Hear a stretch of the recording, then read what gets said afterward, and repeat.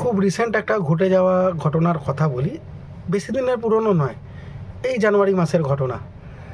প্রায় 4-5 বছর বাদে এরকম একটা ঘটনার সম্মুখীন হলাম। ইউজুয়ালি এই ধরনের ঘটনায় আর সাক্ষী থাকতে যাই না, বা আমি নিজে পথ আর মারাই না। তো পেটের দায়ে পুরো পশ্চিমবঙ্গ জুড়ে কাজ করতে হয়, কখন কোথায় উঠি, কোন জায়গায় যাই, ঠিক ঠিকানা থাকে না। না থাকে, একটা ট্যুর প্ল্যান আছে, সেই হিসাবে যাই, একটু আগে পিছু হয়ে যায়। তো কোনোরকম পরিস্থিতির প্রবলেম না হোক বলে আমি জায়গাটা, স্থানটার নাম আমি উল্লেখ করব না, অনেকের সাথে ম্যাচ করে যাবে। তো জানুয়ারি মাসে হোটেল বুক আছে, দুর্ভাগ্যক্রমে 4 ঘন্টা লেট হয়েছে। তড়িঘড়ি গেছি হোটেলে একটা রুম দেওয়া হয়েছে, ঢুকলাম, রাতটা কাটলো। সকালবেলা শটাং গেছি ম্যানেজারের ডেস্কে গিয়ে বললাম, দাদা রুমটা চেঞ্জ করুন। কিছুক্ষণ আমার দিকে তাকালো, কিছু প্রবলেম হলো দাদা?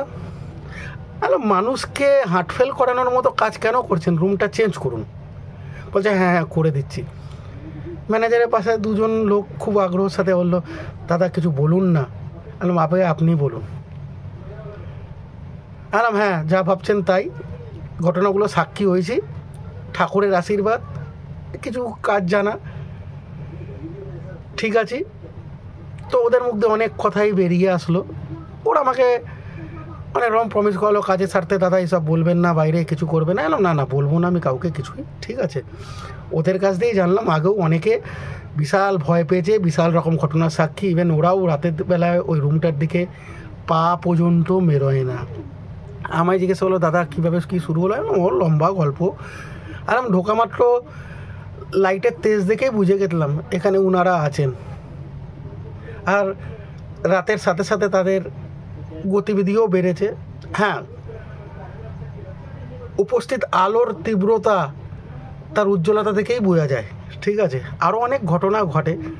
এবার ওই রাতটা কী হলো, ওই যে মাঝে মাঝে আপনাদের সামনে আপনারা বলেন না উং ভুং ভুং ভাং কী সব বলি, তাদের মধ্যেই কয়েকটা কাজে লাগিয়েছিলাম। আর যেহেতু কোনো এক সময় এইসবের সাথে জড়িত, সে লম্বা বাদ দিন, তো ব্যাগে কিছু প্রোটেকশান থাকে, অটোমেটিকলি এসে যায়। তো অ্যাজ ইউজুয়াল রুম চেঞ্জ হলো, বিকালবেলা ম্যানেজারটা ভাঙলো, হ্যাঁ দাদা এই ব্যাপার ওই ব্যাপার, সেও একই কথা। আমি বললাম না ঠিক আছে, কাউকে কিচ্ছু বলবো না। বড় অস্বস্তির পরিবেশ। বলছে আপনার কমিউনিকেশান গ্যাপে আমরা রুমটা ছেড়ে দিলাম, আর আপনি ওই সময় এসে গেছেন একান্তই, তাই বাধ্য হয়ে রুমটা আপনাকে দিয়েছিলাম, খুব ভালো করেছিলেন। ওরা আগামী দিনেও ওই রুমটা আর কাউকে দেবে না, এরকম কথা বলেছে। আর ভগবান জানে দেবে কি দেবে না। আমিও বললাম অত বড় রুম তো আর ছেড়ে দেওয়া যায় না, অনেক রকম কাজ আছে যেটা আমি এখানে বলতে পারছি না। ওখানে অনেক বড় বড় নামি দামি লোকজন আছে, তাদেরকে দিয়ে ঠিক করেন, কেন বসবাস করা যাবে না? অবশ্যই করা যাবে। হ্যাঁ, রাতটায় অনেক কিছুই ঘটেছিল সাধারণ চোখের বাইরে। এবার আমি কোনো কুসংস্কার ছড়াচ্ছি না, ওই একই কথা বললাম, সবটাই সব জায়গায় থাকে, কোথাও অ্যাক্টিভ থাকে, কোথাও ডিঅ্যাক্টিভ থাকে, কোথাও অতি সক্রিয় থাকে, কোথাও মাঝামাঝি স্টেজে থাকে, পরিবেশ পরিস্থিতি সেদিন তাকে সক্রিয় করে দেয়, থাকে কিন্তু সব জায়গায়, ঠিক আছে। কোথাও ঘটনার জন্য থেকে যায়, কোথাও কোনো ঘটনা ঘটেছে, এবার ওর মধ্যে অনেক কিছু খুঁজতে হয়, ঠিক আছে। যে তেনারা কারা, আমি মাঝে মাঝে বলি না যে ভূত মানেই আত্মা, আত্মা মানে ভূত, এই যে একটা পাঁচমিশালি হয়ে যায় ব্যাপারটা, যেরকম বলি না যে সব অশরীরই হচ্ছে আত্মা, প্রেতাত্মা, এই যে কনসেপ্টটা, তার বাইরেও কিছু থাকে, সেগুলো গভীর ডিসকাশন থাকে। কেউ তেনাদের উপস্থিতি যখন পাওয়া যায়, আচ্ছা আচ্ছা লোকের ঘুম ভেঙে যায়, ঠিক আছে। হ্যাঁ, যে কথাটা আমি মাঝে মাঝে আগে লিখতাম, কী লিখতাম বলুন তো, আত্মা মানেই অশরীরী, কিন্তু অশরীরী মানে আত্মা তা হয় না। হ্যাঁ, কিছু আত্মাবাদেও জিনিস থেকে যায়, যারা সৃষ্টির আদিকাল থেকে থাকে, মানুষকে ডিস্টার্ব করার জন্য, জ্বালাতন করার জন্য। কপাল জোরে বেঁচে গেছি।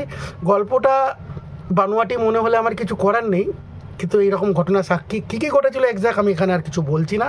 তো তেনাদের খুব সুন্দর সাক্ষাৎ হয়েছিল, ওই আমার উংভুং পাং দিয়ে আমি সে রাতটা রক্ষা পেলাম। হ্যাঁ, আমার এই ফ্রেন্ড সার্কেল অনেকে আছে, অনেক জায়গায় তারা দেখেছেন, আমি তাদের উপস্থিতির ব্যাপারটা বলে সেটা সত্যতা প্রমাণও করিয়েছি, আছেন কিছুজন, ঠিক আছে, তো এখানেই আমার এই গল্পটা বা অভিজ্ঞতাটা এখানেই আমি শেষ করছি। এটা গল্প না, পুরোপুরি সত্যি কথা। একটা সুন্দর ভয়ঙ্কর রাত আমি কাটালাম এই জানুয়ারি মাসে। ধন্যবাদ।